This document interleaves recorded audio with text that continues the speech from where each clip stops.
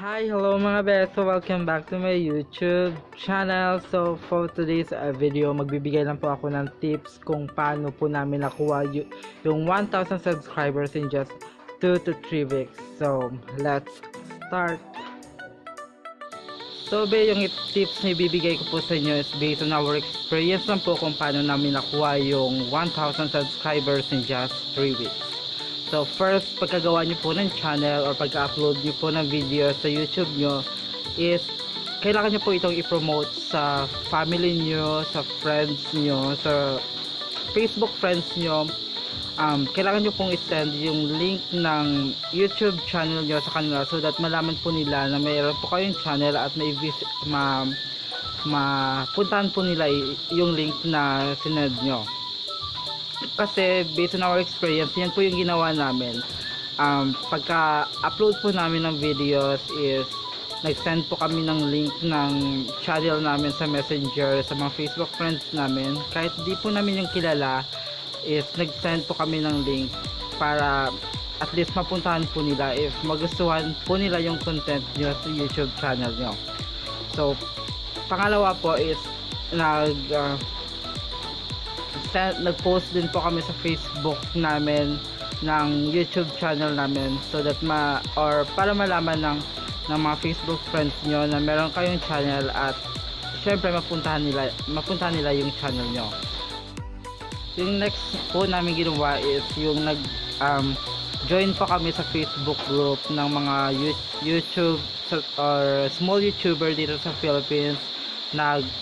Join po kami sa pagsasub to sub, pero yung mahirap lang po sa pagsasub to sub is ngayong araw po is na dagdagan yung subscriber mo, like 40 subscribers yung nadagdag sa inyo, tapos maya lang nababawasan like 20 or 5 na lang yung natira or 5 subscribers na lang yung nag-stay kasi kailangan po talagang follow natin yung process sa pagsasub to sub. Kailangan po is mag-watch po tayo ng videos ng isa-subscribe natin ng at least 30% of the videos sa kanilang channel. So yung kailangan lang po like may video po siya na 3 minutes, kailangan nyo pong mag-watch ng at least 1 minute para po hindi po siya may spam at hindi po matanggal yung pag-subscribe nyo sa kanila. So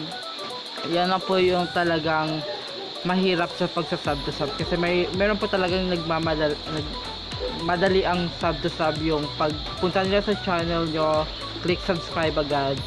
Syempre dadagdagan talaga yung subscriber nyo, pero minutes or after an hour natatanggal po yung pag-subscribe nila sa inyo kasi na-spam po yun lang po yung mahirap sa pagsasub to sub. And ginawa pa po namin is nag-join po kami sa mga group chat ng mga small YouTuber, yung nag-start pa lang po. Nag-join po kami doon, nakipag VLS, yung tinatawag niya VLS, pero hindi ko pa talaga alam yung meaning ng VLS, pero pina-follow ko lang din naman yung instruction nila kung paano gawin.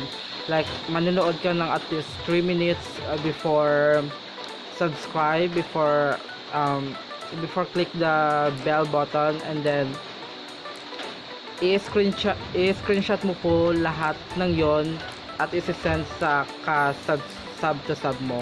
Kailangan i-screenshot mo every minute, like start of the video, middle of the video, and end of the video, at i-send mo po yun sa kasub to sub mo. So yun lang po yung mahirap kasi kailangan mo po talaga magbigay ng proof kasi kailangan po talaga natin ng legit na magsasubscribe sa channel natin, yung hindi tayo mahirapan, yung hindi tayo mahihirapan na hindi matatanggal, hindi mai-spam kasi nag-effort naman na tayo. Kailangan bigay na lang natin yung 100% sa effort na ginagawa natin para ma-improve or maparami yung subscribers ng channel natin.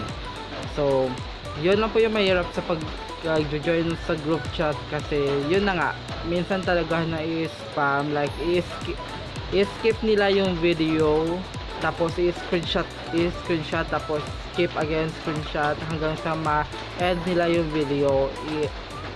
Yun lang po yung mahirap sa pagkikipag sub to sub. So yung nakatulong po talaga sa channel ko sa channel namin ito, kung bakit agad nakuha namin yung 1,000 subscribers is nagjo-join po talaga kami sa live stream ng YouTube.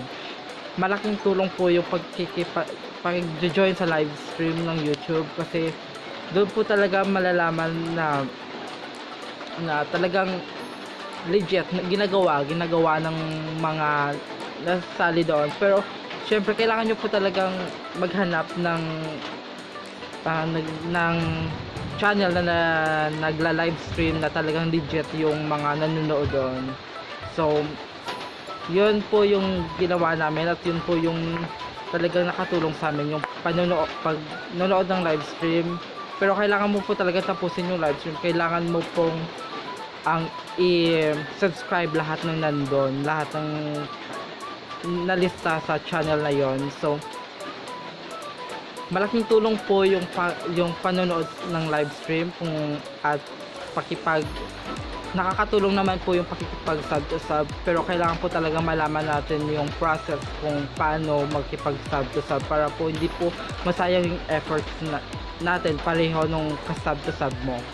So at syempre kailangan nyo pong i-promote yung channel nyo sa relatives nyo, friends, at syempre sa mga kailangan nyo rin po i-post yung link ng channel nyo sa mga social media accounts nyo para at least malaman po nila na meron po yung channel. Pag nagustuhan po nila yung content nyo, dun po nila malalaman kung kailangan po ba kayong i-subscribe o hindi mo naman po may please yung tao kung na-i-subscribe ka nila, pero at least malaman nila na meron kang channel at na-i-promote mo yung channel na malaking tulong na po yun para malaman ng tao sa mga tao na meron kang channel or meron kang na-ipopromote na channel na kung gusto nila pwede silang makapunta doon at matingnan yung content ng video mo. So yun po yung tips or yun mga bagay na ginawa namin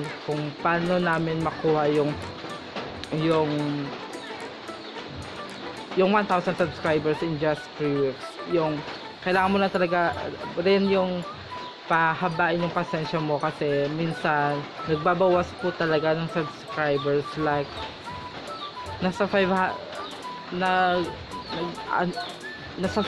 ka na tapos maya mag 420 ka na lang kasi nga na-spam yung ibang subscribers mo kasi nga hindi nila naigawa ng mabuti or hindi nila na-follow yung instructions ng pakipag-sub to sub kaya nababawasan yung subscribers mo. So kailangan talaga mahabang pasensya at kailangan mo rin tutukan yung channel mo para